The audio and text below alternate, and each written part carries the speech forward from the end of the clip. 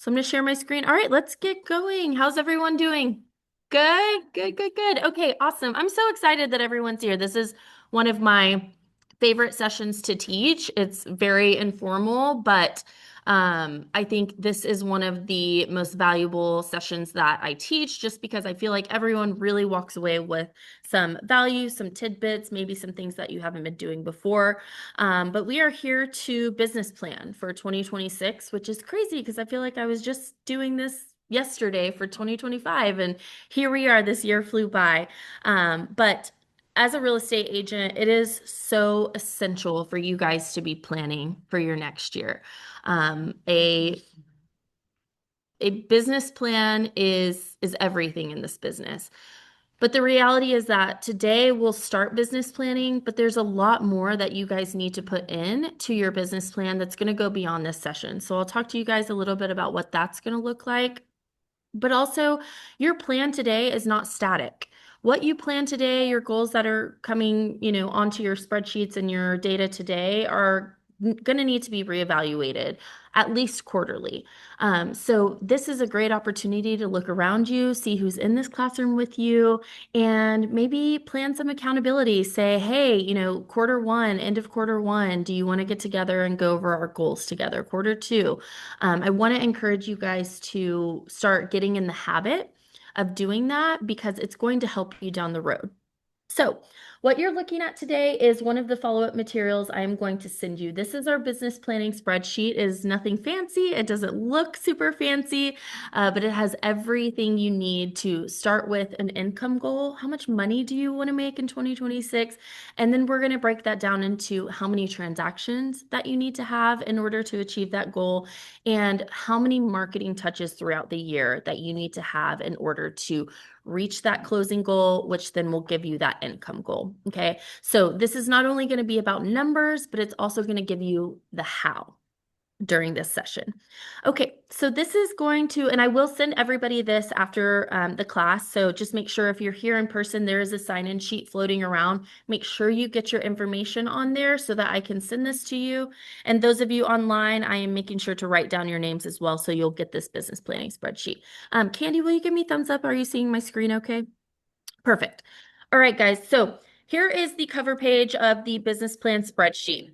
We're going to be going through a few tabs here. Number one, income goals, our plan, what our sales look like, and a profit and loss little helpful spreadsheet as well. So you guys are independent contractors. I know that tax season is pretty daunting for you guys as independent contractors. So a way to also track your profit and losses is going to be tremendously helpful to you when that time comes around where you're figuring out, hi, Meg, do you have some materials back there? Okay, perfect. Just making sure.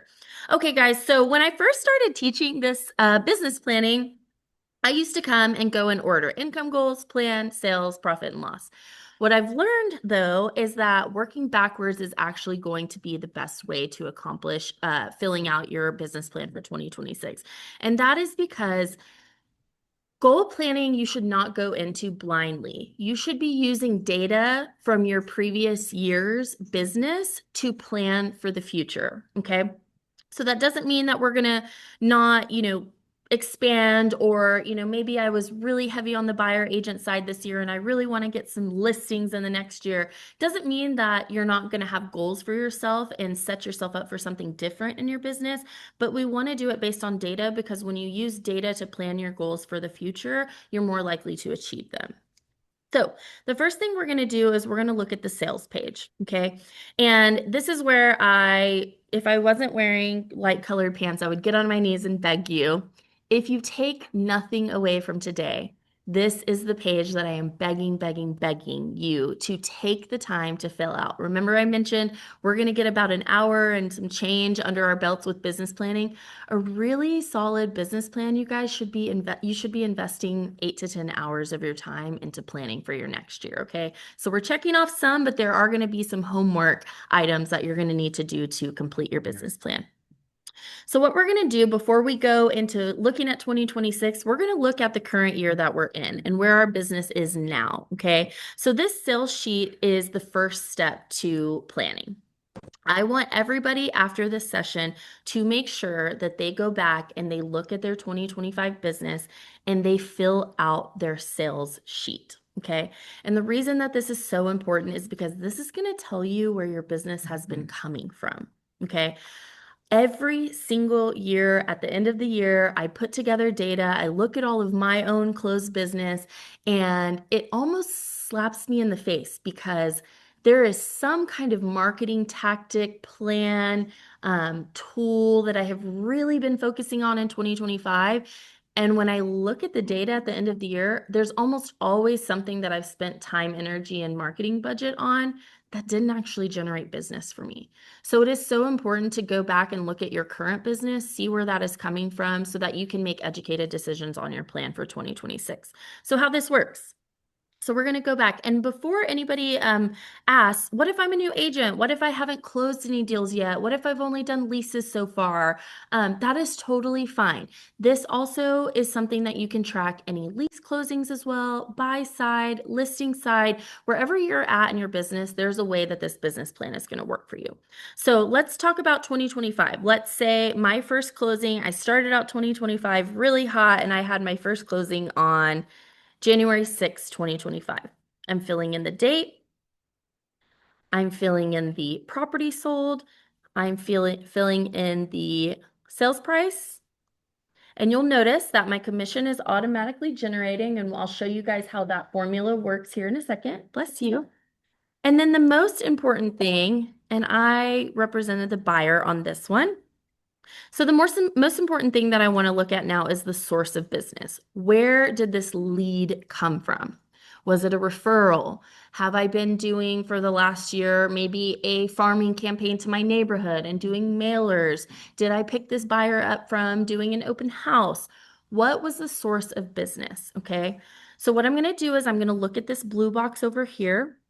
And I'm going to say which one of these was the source of business for me. Now, I do want to point out I've kept these the same for many years since I've been doing business planning. However, if there's a source of business or a lead gen source that you are using in your business that's not listed here, you can change that. So perhaps maybe you weren't doing a mailing to farm, maybe you have Realtor.com leads, or maybe you're doing the calls here in the call center and you're getting leads off of that. You can change any of these to any lead sources. So these are not static. But what I want to do is I want to say, okay, this actually came from me doing an open house. I picked up these buyers. I did an open house for a fellow real estate agent here at Realty Texas. It was really successful. These people came in, I kept in touch with them, and I picked them up from an open house. And then we had a closing about 3 months later. So my lead source here is open house. So you'll notice that's number 11. So in the source box, I'm going to plug in 11. And when I do that, you'll notice that these numbers change, okay? So it's calculating for me, okay, I've had one closing from an open house. So far, my tracked business, 100% of my closed business is from open house lead source, okay? So now you can kind of see, guys, why this is so important to go in here and take the time to put your 2025 closings down, because this is going to be very eye-opening for you, okay, when we get to the plan part for 2026. So let's say I fill out the rest of these. 130, and it's 456 Super Road. And that one was 475. And that was a listing. And perhaps that was a referral. So I'm going to plug in number 10 there to match referral. And as I fill this in, you will see my spreadsheet is telling me where my lead sources are coming from. Okay. So your homework number 1 is to go back and look at your 2025 data and please fill this out. Now, second homework, if you really want a gold star, is as you are building and closing and doing all of these things in 2026, have the spreadsheet saved on your desktop. Every time you have a closing, come in here and fill it out as you go. It is a lot easier to remember what your closings were, the lead sources, when it closed, as you're doing it versus having to come back at the end of the year and be like, oh my gosh, what did I close in January? And you think you'll remember by the end of the year, but we've slept a lot since then, right? So I want to encourage you guys to be proactive with this and be consistent with this throughout the year. It's going to make your business planning that much easier year after year. Okay. So that's number one. So let's say we've gone through and we have filled out all of my closings for 2025. And now I have a really good idea of my sources of business. Okay. So now it's time to look ahead to 2026. So let's go over here to income goals. Okay, so this is the next page that we're going to fill out. You'll see there are some red boxes highlighted here. All of these red boxes is where we're going to plug in data, and then the spreadsheet is going to tell us everything else that we need to know. Okay, so number one, and when I send you guys this spreadsheet, if for some reason you're like, oh, what did she say? I should put there again. I'm not sure. If you hover over the boxes that are in red, it'll give you a little note of what goes there. Okay, so box one, my desired income. What is your desired income goal for the year 2026? I'm starting here with 100,000. Okay, of course, we all love real estate. We love what we do, but it also is how we pay our bills. So this is where I want to start is your income goal. Now, this spreadsheet is not that sophisticated to where it's going to take out taxes and all of those things. This is pre-tax. If I ever get that smart, I'll let you guys know. But today, accounting, it's not under my belt. So we're going to start with 100,000 for this example. Okay, but everyone's desired income is going to be different here. Okay, so the next boxes are going to be percent of income, listings and sales to buyers. So box one, what percentage of your business would you say comes from working with listings? And what percentage of your business would you say comes from working with buyers? Now, remember, this is your 2026 goals. So perhaps we've filled out our sales page for 2025 and you have listed, okay, what, leases, listings, buyers, how much of each did I do? Perhaps I was heavy on the buyer side, and also that kind of depends on the market too. A lot of us, might have had plenty of listings, but our buyers carried us through the year just because it was a tougher year to have listings, right? Rates were higher. Maybe you had buyers that were getting great incentives with builders, and so that was the majority of your closings. That's totally okay. But I want you to use this data to make an educated goal here. If I was 80% buyers in 2025 and 20% listings, am I going to go 100% listings, 0% buyers in 2026? Probably not. Also, again, depending on market conditions, what is that going to look like? So you guys are all aware of your surroundings, what's going on in the market. So if I wanted to be a little bit more listing heavy, I think that's great. I think that's a good goal to have, but use that data to determine what you want to do in 2026. So let's say I filled out sales. I was pretty buyer heavy. Let's say 80% of my closings came from working with buyers and I was 20% on the listing side. But I am getting to where, I'm getting a little bit more seasoned in my business and maybe I do want to not have all of my eggs in the buyer basket. I would like to pick up a few more listings this year. I'm going to work really hard on that. So let's say I want my goal to be 30% listings, which would make me 70% buyer. Okay, so these two cells here should add up to 100%. Okay, so you'll notice once I filled those out, it populated my annual income. 30,000 of my annual income goal is going to come from closing listings. 70% will come from closing with buyers. Okay, now the next one here, what is the average price home you sell? Again, very important, you guys, to fill out your sales page first so that you can calculate that data, okay? It is important to know your average sales price because that is going to determine how many closings you have. If your average sales price is $1 million and you want to get to a $100,000 income goal, where you're going to close far less closings to get to that goal versus if your average sales price is 450. Right? So this is where the data matters so that you are making goals for yourself that make sense. Now, if you are a newer agent and you have not had, maybe you only have closed some leases or you've only had a couple closings under your belt and you're like, I don't feel like I have enough data to really make an average for myself. Please connect with me. I have some really great statistical tools that I can talk to you about. Okay, well, let's talk about where you're working. What are the areas you're focusing on? What are the markets that you really want to be in? And we can look at data from 2025 and look at the median sales price for those areas so that you can use that in your goal planning. Okay. So that is something that we can definitely accomplish. I don't want you to feel like if you don't have a ton of data from 2025 that you can't use that. Okay, so now that I've looked at my 2025 data, I'm looking at my sales price, and mind you, my listing sales average sales price could be much different than what I helped on the buyer side with, right? Maybe one's higher than the other. These don't have to be equal, but you want to use your own data. Okay, so my average sales price on the listing side, let's say, is 450, and my buyers closer to 400. So now you'll see I filled in other red boxes. My average commission percentage is 3% here. So it's telling me my average commission per closing. Now, this is where I used to get like, boo, Kylie, nobody gets 3%. Yeah, we wish. Yeah, right. So we do have a built-in split here. So that'll be different for everyone. So this is where you can enter your split. So maybe if you're an 80-20, I would enter 80 in both of these. Now, this is where people sometimes get skewed because notice these two cells here add up to 100%, but your commission split is going to be the same in each box. So just make sure you're not putting like 80-20, put 80 in both. So now we get a little bit more realistic average commission, which is going to feed into your commission here. So as you're filling out your closed business throughout the year, you don't have to calculate this. Now you can go in and change it. Of course, if the commission here is different than what you actually were paid, you can manually change that, but this will calculate it for you based off of your income and your split. So now you guys can see we filled in all of the different red boxes here, and it has populated the rest of our spreadsheet for us.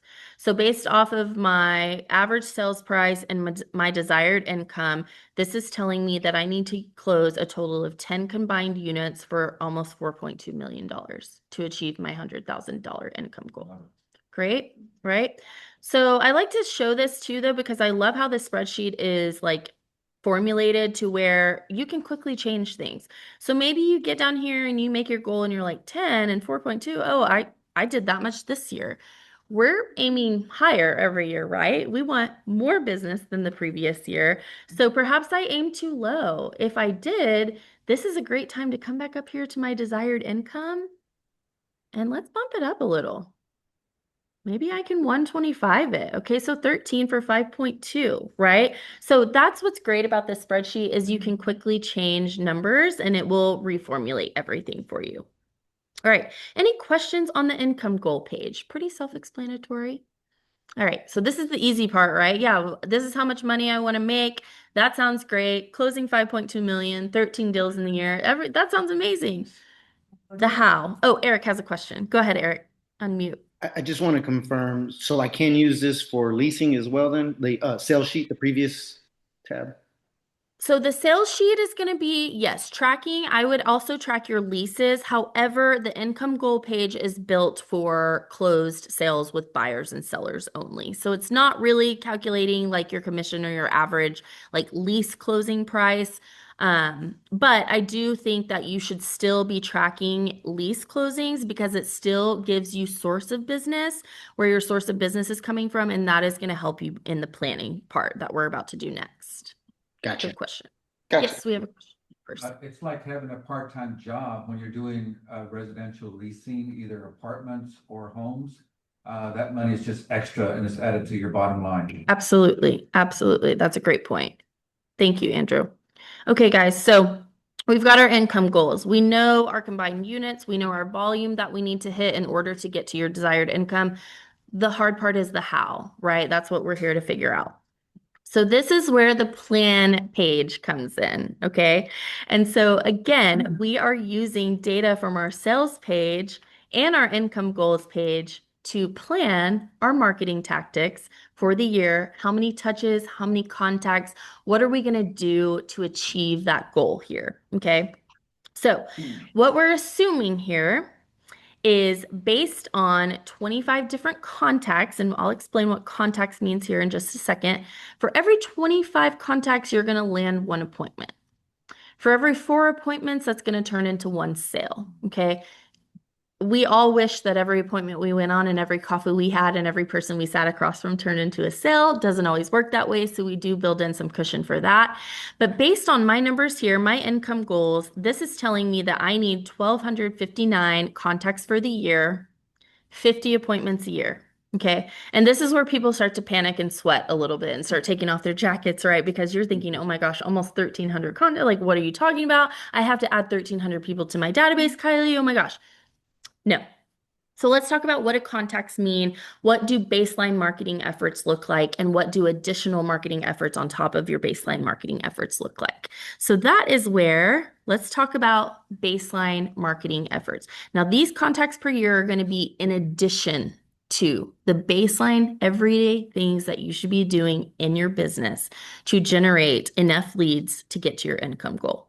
So that's where we're going to look at the marketing action plan calendar. Okay, so I put that in front of everybody here in person. I will email this digital version to everyone as well. And if you want a printed out like calendar version, I can get that to you. So just let me know online. So baseline activities, guys. So there are so many things that you should be doing day to day in your real estate business to stay consistent, to market yourself, to make sure that you're having, what I call top of mindness with your customers, with your database. Okay. So when I started in the title business, I was a brand new rep, and a couple weeks later, this little thing called COVID hit. And I was like, oh my gosh, everything that I know up until now, I started as an assistant in the business development world, and I was ready to spread my wings. And then COVID hit, and we were all stuck at home, and everything I knew about how to, pop by offices and see real estate agents and bring the donuts and have coffee meetings and have lunch. None of that existed. So I panicked, and I had a really great mentor at the time that said, I'm going to share this with you. I have this little calendar that's kept me accountable. There's so many things that you can be doing besides just the face-to-face, just the coffee, just the popping by, just the donuts. And if you follow this, you will be okay. Consistency is so key in our business with our marketing. And so I didn't have another option. I didn't know what to do. Everything I had trained on and known before was no longer because of COVID. And so I followed her little marketing action plan calendar, and by gosh, my business took off and it was great. So what I did is I said, okay, this worked for me in my business because it helped me build consistency. So I want to give this to others. I'm going to make a real estate version of this, and I'm going to share it with the people that I work with every year, because a lot of times I think with marketing for agents is you guys have so many balls in the air. You have so much going on at one time, and the marketing is the first thing that kind of slips. It kind of falls to the I'll do it tomorrow, because you're showing clients and you're dealing with your family at home and you're picking up kids and you're here at the office and you're in a class, and you know that you need to make that social media post or get that database blast out to your, in an email to your database, but it's like, oh, I'll do it tomorrow. So, but you guys, the second that you let those things slip is the second that somebody in your sphere needs to buy, sell, or lease, and they're thinking of someone else before you because you haven't consistently stayed in front of them. Okay. So I know marketing is a pain. It's one of the hardest things that we have to do in our business, but this is a guide for you. If you are someone who's like, I don't even know where to begin, I don't know how to be consistent, I don't know how many things I should be doing, this is going to be your plan. Okay. So this page here is your key. So every icon means something different. So let's just run through them really quickly.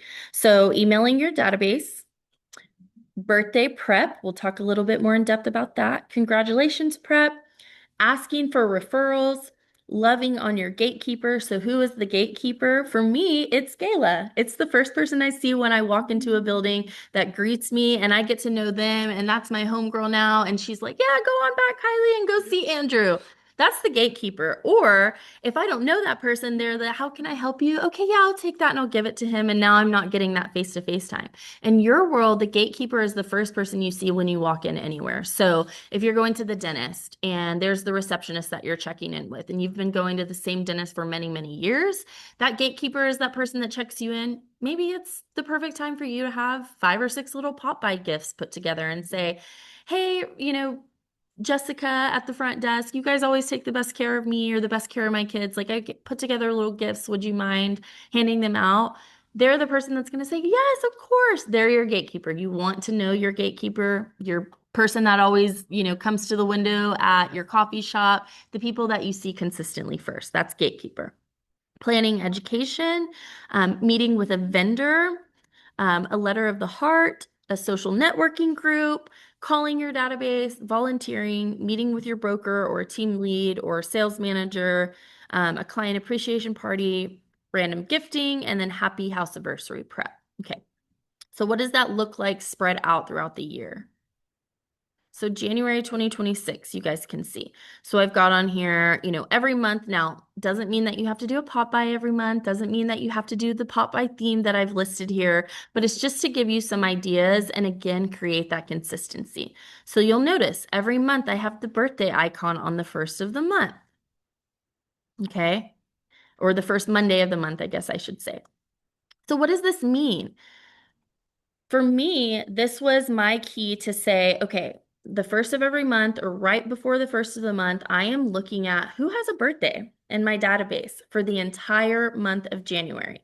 So that last week of December, I'm going ahead and I'm looking, okay, I'm checking Facebook for who has birthdays. I'm looking at my calendar from previous years, and I'm doing it all at once. I'm preparing everything at once.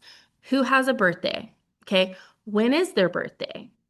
Where do they rank in my database? Okay, ranking your database is really important, guys, because it's going to help you determine what kind of touches that you need to do throughout the year. And so, what do I mean by ranking? I use the Buffini system. So A plus, A clients, B, and C. So A pluses are going to be those people that are extremely, extremely loyal to you, always do the most referrals with you. Don't use any other real estate agent. You will never have to worry about them using anyone but you for your real estate agent. I'm ranking those people A pluses. A's are maybe the people that have referred you in the past year. Maybe they didn't have anything to buy or sell with you that year, but they gave you referrals that led to a closing. B's might be those prospects. Maybe you've got a kiddo on the soccer team and you're, meeting some other moms or dads on the team and you've talked a little bit about real estate with them. Maybe nothing's come to fruition yet, but ranking the people in your database is going to be really important. Okay, so what I'm doing here is I'm planning for the month. Who all has a birthday in January? I'm ranking them. Are they A pluses? Are they A's? Are they B's? Are they C's? Just prospects that have been in my database.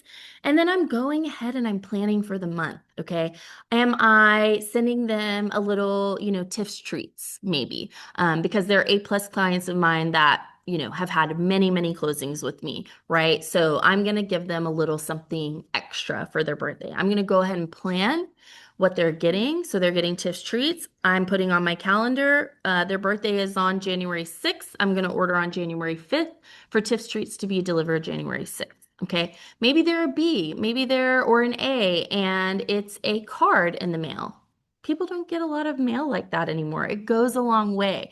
Planning ahead. Okay, so and so's birthday is January 6th. I want to send them a card in the mail. I'm going to go ahead and I'm going to put together all of my birthday cards right now. I'm time blocking myself 2 hours to do all of this. And then I'm already planning, I'm putting that card in the mail in the second so it gets to them by their birthday. Okay. Are they a C? Are they just a prospect? Maybe I am filming videos that day because my hair and makeup is done and it's not always done. And I'm going to go ahead and I'm going to grab my cute cat. I'm going to say, hey, Katie, happy birthday. Me and Georgie wanted to say happy birthday to you. It's in my camera roll and it's ready to go for her birthday on January 6th. So that's just an example of what these icons mean. It doesn't mean that anybody on January 1st I'm wishing a happy birthday to. This means planning. That consistency will make a difference in your business, you guys, because it's thoughtful. It's an excuse to talk to somebody that you might not have talked to. And if you're doing this for every person that's in your database throughout the year, you're touching every person in your database at least once for the year, whether that's a gift, whether it's a card, or maybe just a thoughtful message or a phone call. Okay. So that's an example of one of the icons here. Same thing for congratulations. Maybe look at your Facebook, see who's having a baby this month, see who's had a promotion, whatever there is that's celebration worthy. Let's see. Oh, I love this. Thank you, Candy. Okay, so meeting with your broker, and then you'll notice, guys, so as we go through the months, okay, so notice these emailing your database every other Thursday, calling your database every other Monday, and you'll notice there's an A, there's a B, February, C, D. So this calendar is broken down for you to build in consistency into your marketing and also touching everybody in your phone. So if you go throughout the year and you're consistent with your every other Monday and you give yourself an hour, everybody that starts with E on March 9th, I'm going to time block an hour to either pick up the phone and call the people that start with an E in my phone or send a text message. This is also where you're going to fulfill your CRM. If you're being consistent with your calls by letter, this is the perfect opportunity for you to go through your phone and say, I don't even know who that is. That's probably someone who helped me work on my yard 5 years ago. I can either delete them, clean them up for my database, or this is somebody that's not in my CRM. They're in my phone and they need to be in my CRM so that they're getting my emails. So you guys use this type of marketing tactic here to build up what's going to make your life easier. I know you guys have a great CRM at this brokerage. You must use your CRM to your advantage. If you're not entering your contacts into your CRM, there is data that shows when you don't fill out your CRM completely, that means phone, email, phone number, address. That is absolutely 100% business that you're going to miss out on. Okay. So, another great excuse for birthdays, for example, if it's someone's birthday, I don't have their address, I'd love to send them a card. Great excuse to text them and say, hey, Kirk, I know it's your birthday coming up this month. I have a little something to send you. Can I get your address? So now I have Kirk's address for everything, not only his birthdays, thank you cards, congratulations cards, if we have a closing together, or if there's something that I need to drop it off, or a pop by or pie season comes around. Now I have Kirk's address for future needs, but it was an excuse for me to check in. And by the way, how are you? How's it going? How's, your wife's retirement? Or, how has it been for you guys? I saw you guys were just on a cruise. How'd it go? All of these things spiral into more and more marketing touches for you guys. Okay. So this is my gift to you. If you are someone that is just not sure where to start with your marketing and not sure how to be consistent, if you follow this calendar, I promise you your business will grow. Okay. So all of these things that we've listed here are what I call baseline marketing tactics. All of these things should be done by you on a consistent basis. Okay. So let's go back to the plan here. So in addition to these baseline items, this is where we're going to do our additional marketing. Okay. What on top of those baseline things am I going to plan for 2026 to help me get to my income goal? Okay. Well, once again, we're using our data from our sales from the previous year. Okay. So once I filled out my 2025 data here, it's going to give me a glaringly obvious source of business that was my number one, my number two, maybe a three and a four. Okay. So let's say I had another referral, maybe open houses were killing it for me, and perhaps I had, let's see.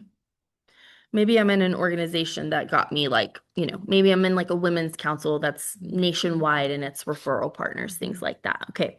So as you can see, I filled out my business here and it's giving me a percentage of total. Okay. So with that being said, if I'm planning for 2026 and there was something that gave me 40% of my business in 2025, I'm not doing any less effort on that marketing tactic. In fact, I'm probably kicking it up a notch because I know it's working for me.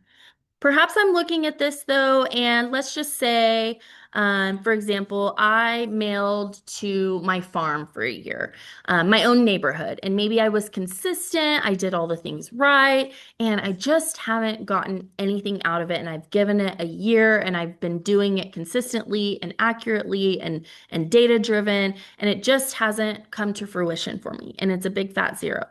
That's okay. So this is also where you need to take the time to evaluate. What have I done the last year? What's working for me? What's not working for me?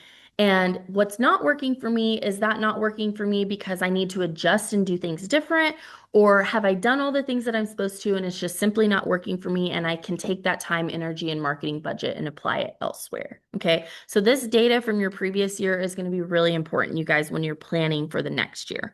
Okay. So let's say here I have gotten 40% from open houses, 40% of my business has been referrals, and 20% has been investing time into an organization. But I also in 2025 did a farming campaign and maybe I did some social media ads and I haven't gotten anything out of it and I've been doing it consistently for a year. So let's look at our plan for 2026. How am I going to achieve this many contacts per year? Okay. I am going to now fill out my percent effort. Okay. So I want you guys, remember, our baseline items are not going to be counted here. So these things on that marketing action plan calendar that I showed you are baseline. Everyone should be doing consistently. It's not counting towards this. These efforts are going to be those things in addition to. So the open houses, the referrals, perhaps the farming campaign, whatever that looks like. If you're paying for ads, those are the items that are in addition to that we're talking about right now. Okay, so referrals, again, remember that was 40% of my business here. So I'm gonna say like 50% of my marketing efforts beyond my baseline, I think I'm gonna put it into, because referrals are working for me. That's what's giving me, putting food on the table for me. So 50% of my marketing effort is gonna be there. Open houses as well. You know, I had a good 40% of my open house business was there. So I'm gonna keep open houses at 40% effort. And then I have an additional 10% that I need to add somewhere. So let's talk about how many of these different types of marketing tactics should you be doing. I think one of the things I see agents make the mistake of a lot as well is having too many balls in the air. I think that there's agents that you're trying to open house, you're trying to do the farming, you're trying to pay for ads, you're doing this subscription, you're doing that subscription, because it is a lot of people telling you what you should be doing all the time. But I think if you're doing too many things at once, you're not doing any one thing well. So I want to encourage you guys to choose maximum 2 to 3 additional things on top of your baseline so that you can really be attentive to it and make sure that you're doing it well, right? Because if I'm doing 5 or 6 different things on top of all of my baseline things, that is where I see balls drop. You guys simply just don't have the time to do it all consistently unless you have hired help. And some people may be at a position in their business where they do, and they can take on more because they have someone to help them. But you guys need to do probably 2 to 3 of these. Okay, so 10% effort I'm going to put back into my organization. But this is also a good time, guys, to talk about, you know, if there was something that you were thinking about trying, or maybe you had your first full year of real estate in 2025, and maybe you didn't have the marketing budget yet to try farming, to try a mail campaign.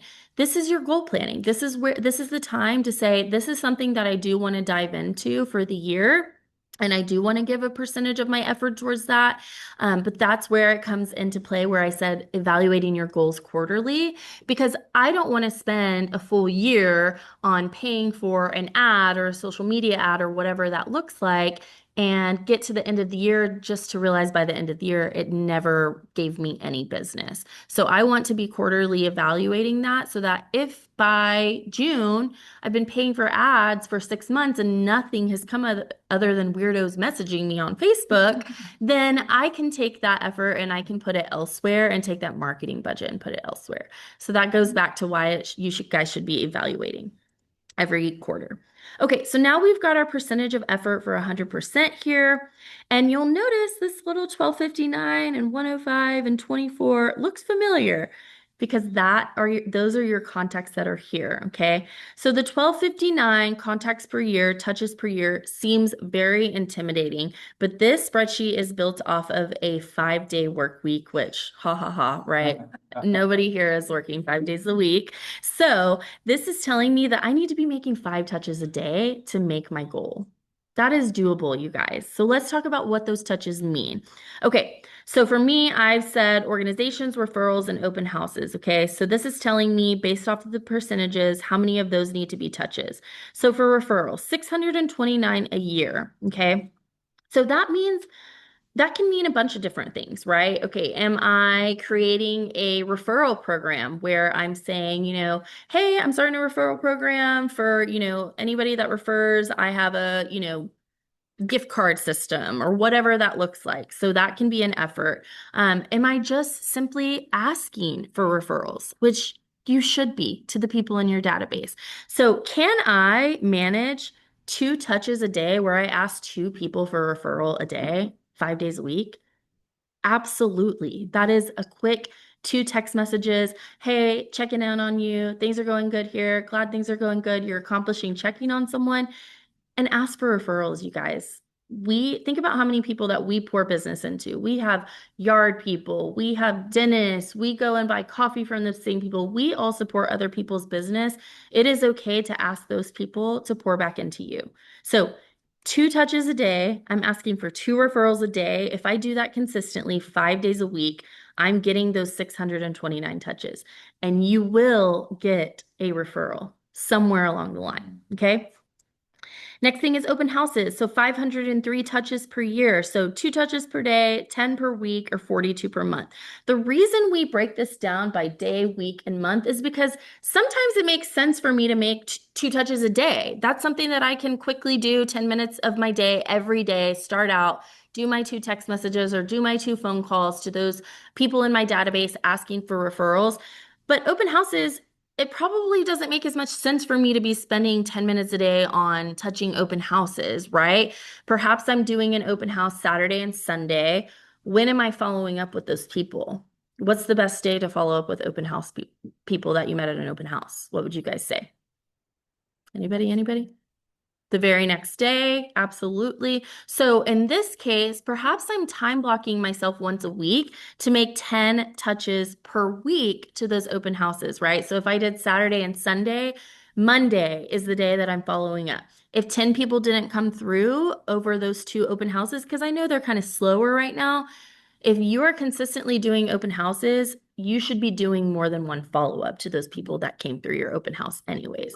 So if only 6 couples came through your 2 open houses on Saturday and Sunday, Monday, that's 6 touches towards my 10.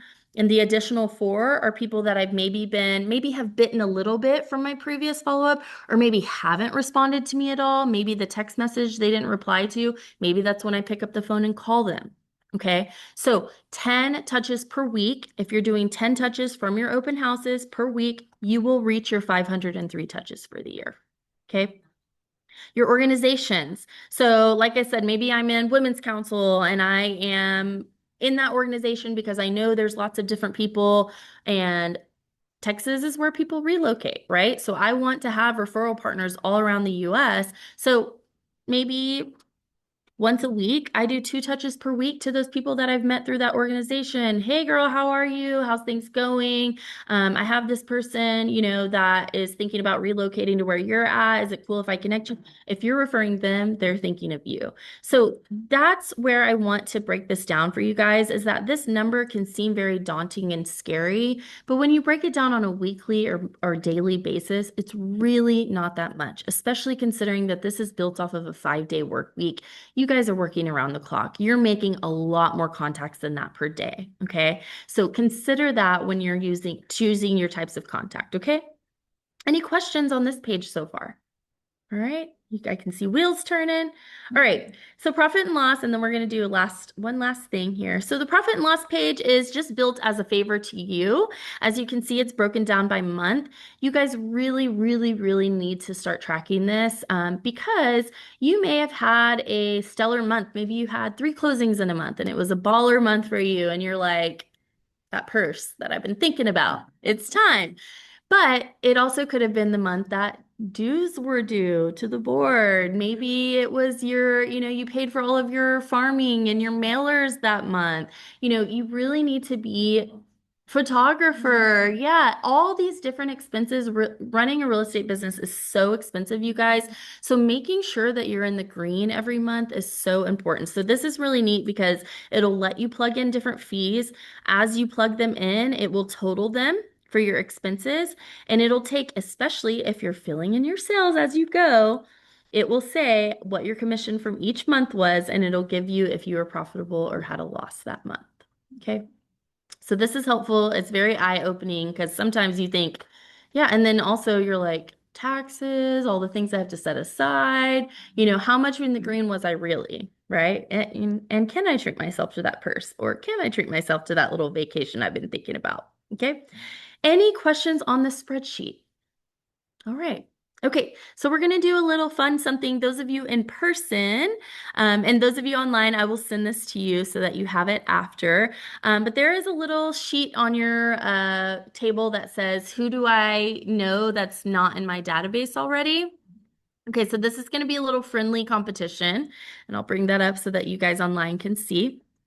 And I'm going to send this to you guys online as well. So what this is, I always talk about building real estate into your everyday life. Don't fill them out yet. We'll go in just a second. But you guys, every single person that we see every single day needs a roof over their head.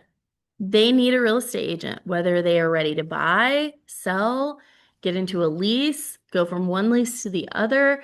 Every single person that we interact with, we should be figuring out how to build them into our business, right?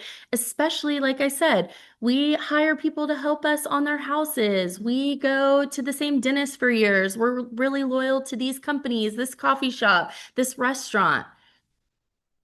Do they know what you do for a living? You know what they do for a living. You're pouring into their business. Do they know what you do for a living?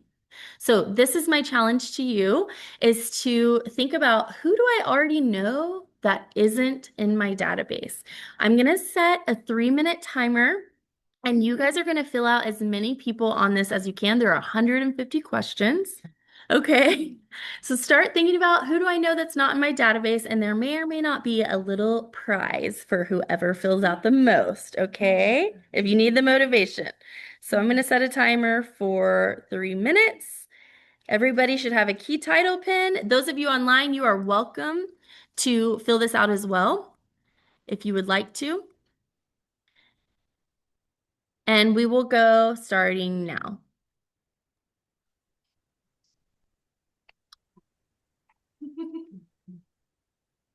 Yeah, maybe some people online have a printer at home. And Not I to will make- share this in my follow-up email too with the people online so that you can, this isn't going to be the end of this worksheet.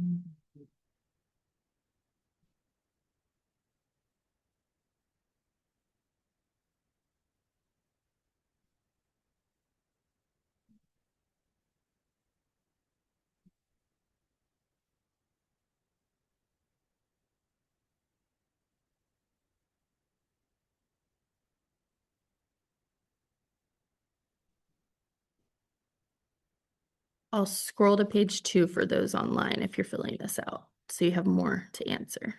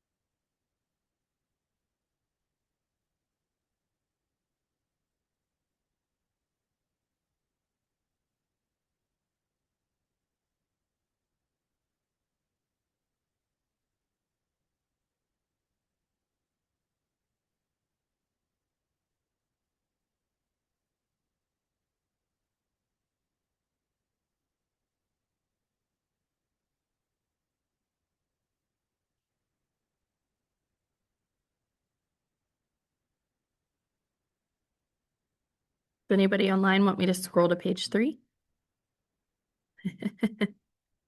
We'll scroll down so you get more ideas.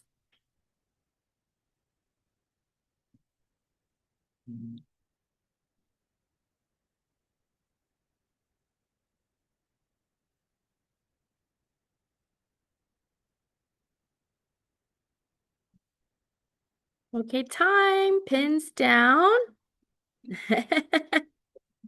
All right, you guys start totaling how many names you wrote. Actual names, yes. Actual.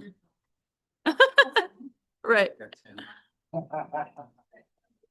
Did I hear a 10 out there? Okay, Andrew's 10, 12, Kirk. Okay, Kirk, 12. Good. I got 20. 20? 22. Anybody beat 22? Anybody online beat 22? Honor system, honor system. Nobody but beat 23. That is excellent. In 3 minutes, Priscilla found 23 different names that are not already in her database. And so she's going to spend time, right, putting those people in her database? Like, how am I not like Right. cleaning my teeth? Yes, exactly. So the point of this exercise, guys, is number one, to give you some ideas of who are you interacting with that's not already in your database. If Priscilla gets 23 people added to her database, there is a very high likelihood that one of those 23 people this year are going to move. They're going to move. They're going to need to lease something, buy something, sell something, have a life change, have a circumstance that they weren't expecting where they are needing to move. So if those people aren't in your database, how do they know that you can help them with that life moment? Right? So this is another part of your business planning that I do want you guys to spend time on. I know we only have 3 minutes and you probably only got through a couple of the pages, but go through this. There's 150 questions. Fill out as many as you can and set a goal for yourself to get those people into your database. When's the next time I'm going to see this person so I can have a conversation? How can I broker that conversation about what I do? Is this a good time to plan a little pop-by gift so that I can ease into a conversation about what I do instead of being the, hi, I'm a real estate agent. We always feel weird about that, right? Like, how do I bring up that I do real estate without making someone feel uncomfortable? The art of a pop-by, the art of a small gift, a business card attached to a little something is a fantastic way. Okay, so you guys need to build your business into your everyday life. If you've got kiddos that you're taking to things, talk to the other parents. If you've got, parents you're taking care of and taking to doctor's appointments, build that into your life. If you are just a single cat mom like me, listen, I'm at the vet, okay? I'm at the vet. I'm at the coffee shop. Don't be I'm living my best life, guys. But I take my kittens to the vet. I frequent the same coffee shops. The little ladies at Dillard's swarm me when I walk in because they know I'm about to drop money because I have no strength, right? Get to know these people. It doesn't matter what your circumstances are, where you're at in life. There are people that you're interacting with every day that should know what you do for a living. Okay? Any questions about that? Priscilla's our winner. She's going to win a $10 gift card to Starbucks. Yeah. And then she's going to get the barista's name and add them to her database. Yes. Okay, guys. All right, guys, so let's just recap real quickly what we talked about today. You will get this business planning spreadsheet from me. You are going to fill out which tab first? Sales tab first with your 2025 business so you can look at where your sources of business came from. Then we're going to jump to income goals. You're going to fill in all of the red boxes. Remember, hovering over the box tells you what goes there, which is going to move you into your planning page. But all of this information that you're plugging into income goals and plan the data is going to come from where? Sales, exactly. So we're using data to plan for the future. Okay. Profit and loss is here to fill out throughout the year.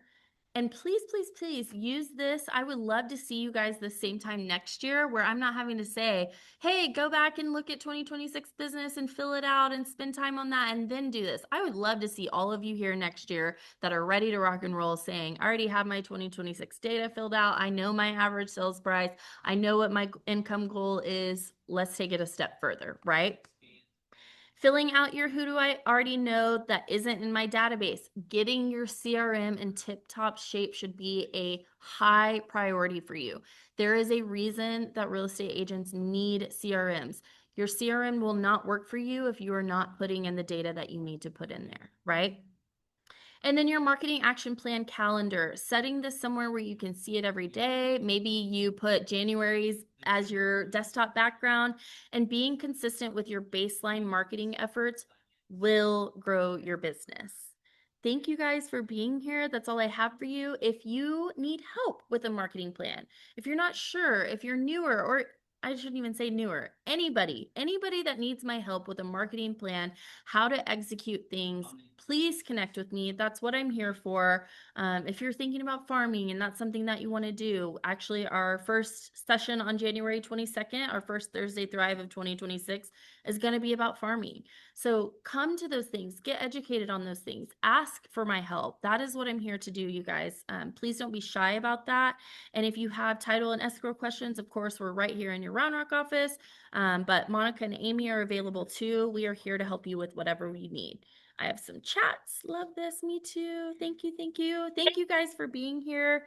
If anybody doesn't have any questions, Hey, then Kylie. we are, yes. I wanted to say thank you. I took this class last year, the Spanish Roundtable, and it was great. I think everyone is appreciating this class.